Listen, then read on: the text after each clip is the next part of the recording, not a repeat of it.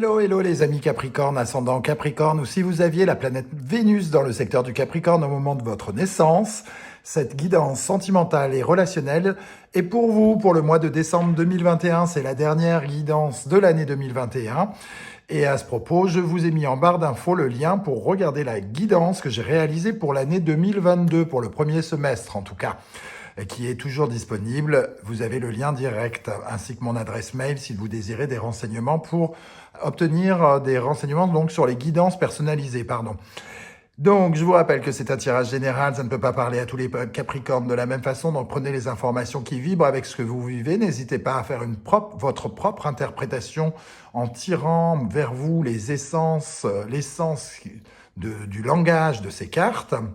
Et si toutefois ça ne vous correspond pas, ou alors que vous désirez d'autres informations, d'autres détails, je vous invite à regarder la vidéo de votre signe ascendant et de votre signe vénusien si vous le connaissez.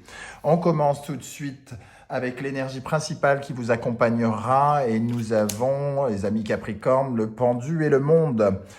Le pendu, même si vous étiez dans une situation peut-être compliquée, ralentie, où vous n'étiez pas libre de vos mouvements d'une certaine manière, si vous vous sentiez bloqué, quelque chose s'ouvre pour vous. Alors, ça s'ouvre par rapport à une relation, évidemment, une relation soit amoureuse, amicale, professionnelle, ça dépend dans quelle énergie vous êtes vous-même. En tout cas, on est dans le relationnel et le sentimental. Ici, il y a une ouverture qui peut tout à fait s'arranger. Il y a quelque chose qui peut s'arranger avec une personne ou alors, au contraire, aller vers une autre personne. Voilà, c'est soit ça nous parle d'une ouverture avec quelqu'un avec qui on était bloqué, ou alors soit votre relation amoureuse, votre vie sentimentale ou relationnelle était bloquée. Peut-être qu'il n'y avait-il personne, justement, et dans ce cas-là, il peut y avoir l'arrivée de quelqu'un d'autre avec le monde. On voit bien, en tout cas, un déblocage de la situation amoureuse ou sentimentale, amoureuse ou relationnelle, qui vous permet à nouveau d'avancer là où vous vous sentiez peut-être bloqué. Dans ce pendu, je peux sentir certaines peurs, certaines angoisses, certaines peurs, parce que ce pendu a tout à fait la liberté de se détacher seul, mais il ne le fait pas. Donc, quelque part, le problème peut venir un petit peu de nous. Le pendu, c'est aussi l'occasion de lâcher prise et de laisser le monde faire ce qu'il a à faire. Le monde, c'est la dernière carte du tarot. On passe une étape, on va vers autre chose vraisemblablement que ces énergies bloquées ici. Quel est votre état d'esprit à vous, les amis Capricorne? Nous avons la force. Donc ici, vous maîtrisez, vous canalisez les choses. Vous êtes bien en phase avec votre vie relationnelle et bien en phase avec votre vie sentimentale, semble-t-il. La force ici, c'est on contrôle, on maîtrise, on canalise son énergie pour la mettre au bon endroit, au bon moment. On solutionne les problèmes, on surmonte les épreuves, on ne se laisse pas abattre, on est dans une énergie vitale au niveau des sentiments, de la communication. On est plutôt justement ouvert, on va vers les autres, on met notre énergie au service des autres avec la force, au lieu de les combattre, semble-t-il. Qu'est-ce qu'on a en face de vous ici? L'empereur et le fou. Ici, on voit que l'énergie, en tout cas, c'est pour vous de consolider quelque chose. Vous avez la possibilité de consolider quelque chose pour vous libérer. Alors, pour moi, il peut y avoir deux interprétations avec l'empereur et le fou. Soit, justement, on se base vraiment sur cet empereur qui est solide et qui, quelque part, avec le fou, envoie promener tout ce qui ne lui convient pas. Le fou, c'est celui qui se sent libre et l'empereur, c'est celui qui concrétise les choses, qui matérialise, qui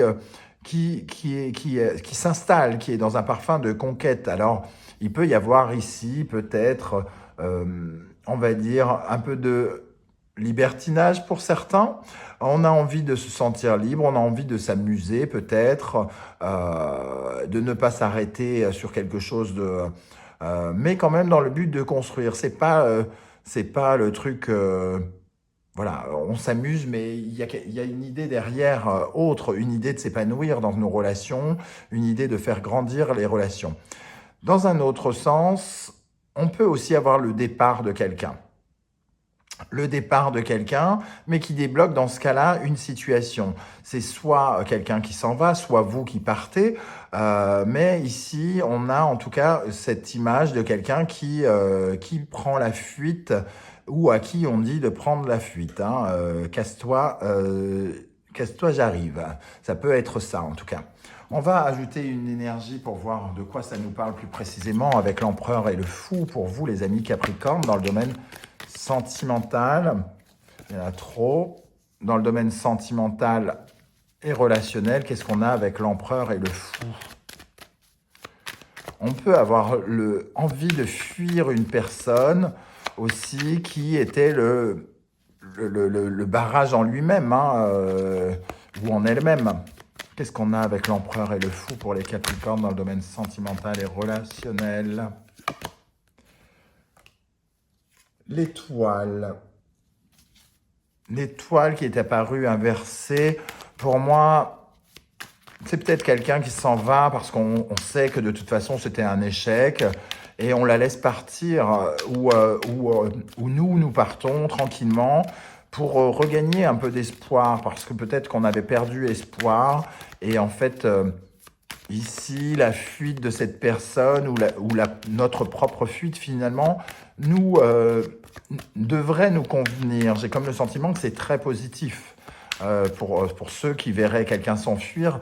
C'est quelqu'un d'assez dominateur, l'empereur, et d'assez égoïste. Et pour les autres, ici, on peut avoir envie de consolider quelque chose qui n'a peut-être pas fonctionné de par le passé. On va regarder les conséquences, comment ça va évoluer ici, le diable et le monde.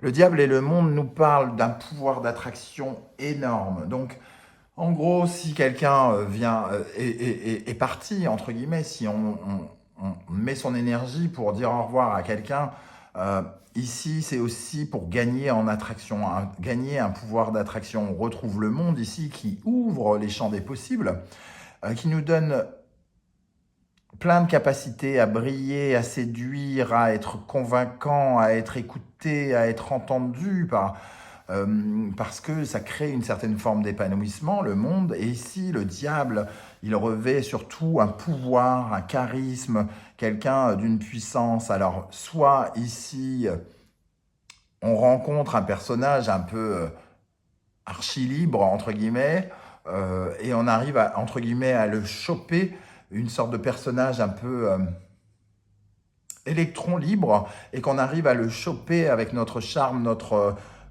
pouvoir notre pouvoir quoi, de séduction d'une façon plus générale.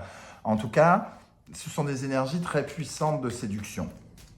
Qu'est-ce qu'on a avec le diable et le monde pour les Capricornes dans le domaine sentimental relationnel? Le 7 de bâton, on est dans notre bulle quand même, on reste prévoyant. Peut-être que justement, ici, ça nous parle aussi du souvenir de quelqu'un qui a été un peu dominateur, que l'on a quitté, que l'on a fui même, quelque part, et qu'ici, notre pouvoir de séduction nous invite quand même à être peut-être un peu plus prudents.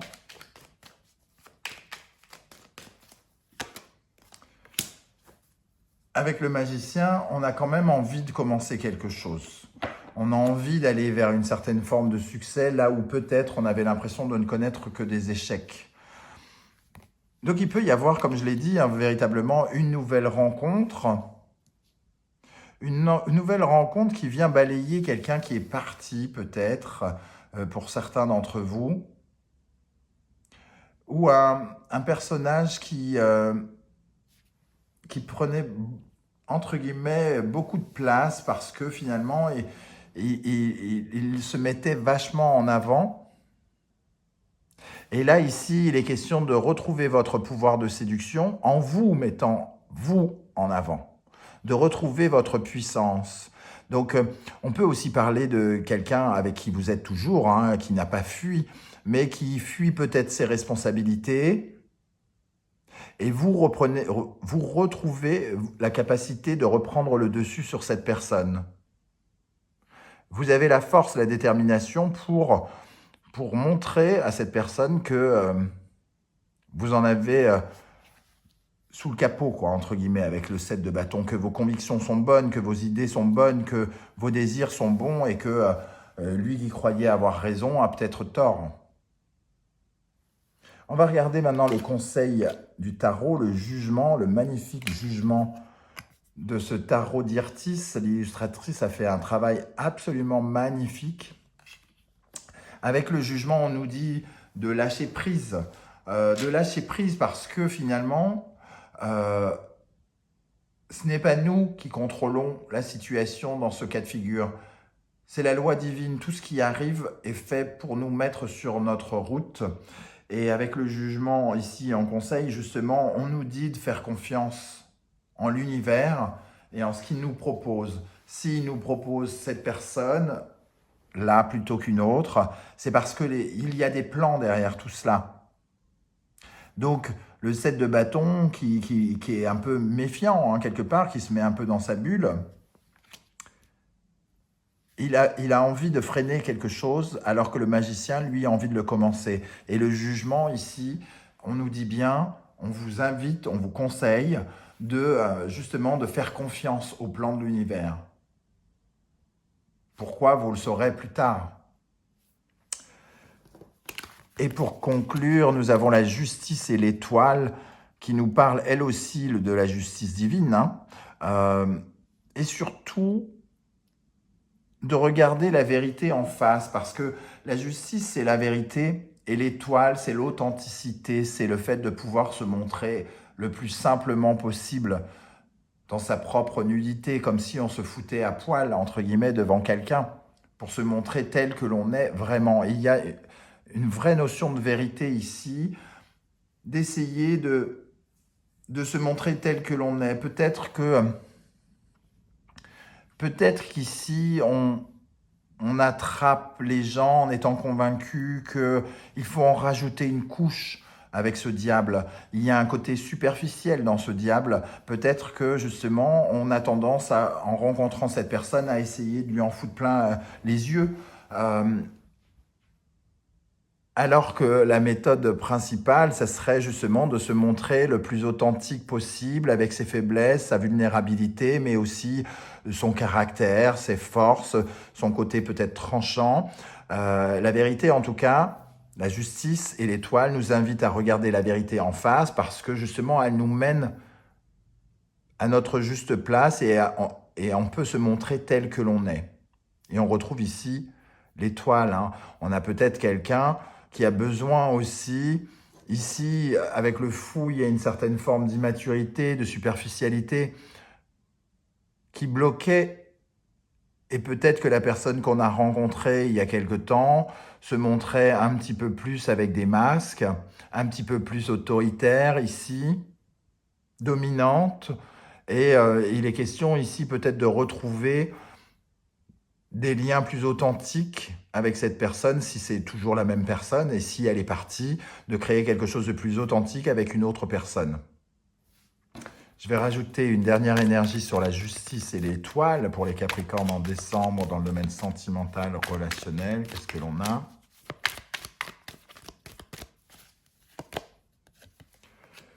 Le page d'épée. Le page d'épée et le jugement ici qui réapparaît, hein, le jugement, nous invite à avoir de nouvelles conceptions des choses et de regarder peut-être nos relations, notre vie sentimentale d'une nouvelle manière, d'être plus dans une certaine curiosité, d'aller chercher la vérité au plus profond de l'autre, d'essayer de véritablement se mettre à sa place, apprendre à le connaître davantage, savoir ce qu'il ressent, savoir ce qu'il est, même s'il paraît à la fois solide et fuyant, par exemple. Alors, je ne sais pas du tout comment va vous parler ce tirage, hein. N'hésitez pas à me dire en commentaire. Je serais heureux de vous le lire par rapport à ce côté. Bon, il y a plusieurs interprétations. Alors, j'essaye de vous donner toutes les interprétations. C'est vous seul qui saurez laquelle vous correspond le plus, hein. On va regarder maintenant comment va évoluer votre vie sentimentale et relationnelle en fin de mois. Et nous avons cette carte qui nous dit que quelque chose doit se transformer. Quelque chose doit se transformer. Cette carte, à la base, s'appelle l'incompatibilité. Il y a quelque chose qui ne fonctionnait pas et qui désormais doit se transformer. Peut-être qu'il y avait trop d'ombre, un peu comme je vous le disais ici, trop d'illusions, trop de superficialité, trop de secrets, trop de cachotterie. Et ici, on voit cet ange qui tient un œuf pour aller vers une certaine forme de nouveauté. On a quand même le scorpion et la planète Pluton qui représentent la mort, la symbolique de la mort et de la métamorphose, de la transformation, vers quelque chose qui est plus idéaliste, avec le poisson et Neptune. Voilà comment je ressens ce tirage, les amis. N'hésitez pas à liker, à vous abonner, à partager sur vos réseaux sociaux si ça vous a plu. Je serai très heureux de vous retrouver l'année prochaine en 2022 pour de nouvelles guidances. Je tenais à vous remercier tous. Ça a été une année incroyable 2021 pour moi. Ça fait 6 mois que j'ai créé cette chaîne. Nous en sommes à 5000 followers aujourd'hui et c'est vraiment énorme. Plein d'encouragements. Tous vos messages m'encouragent à continuer. Je suis heureux d'avoir pu faire la connaissance de certains d'entre vous durant les guidances personnalisées. Merci à tous. Je vous souhaite du fond de mon cœur de très bonnes fêtes de fin d'année et j'espère vous retrouver en 2022 si vous le voulez bien. À très vite. Ciao.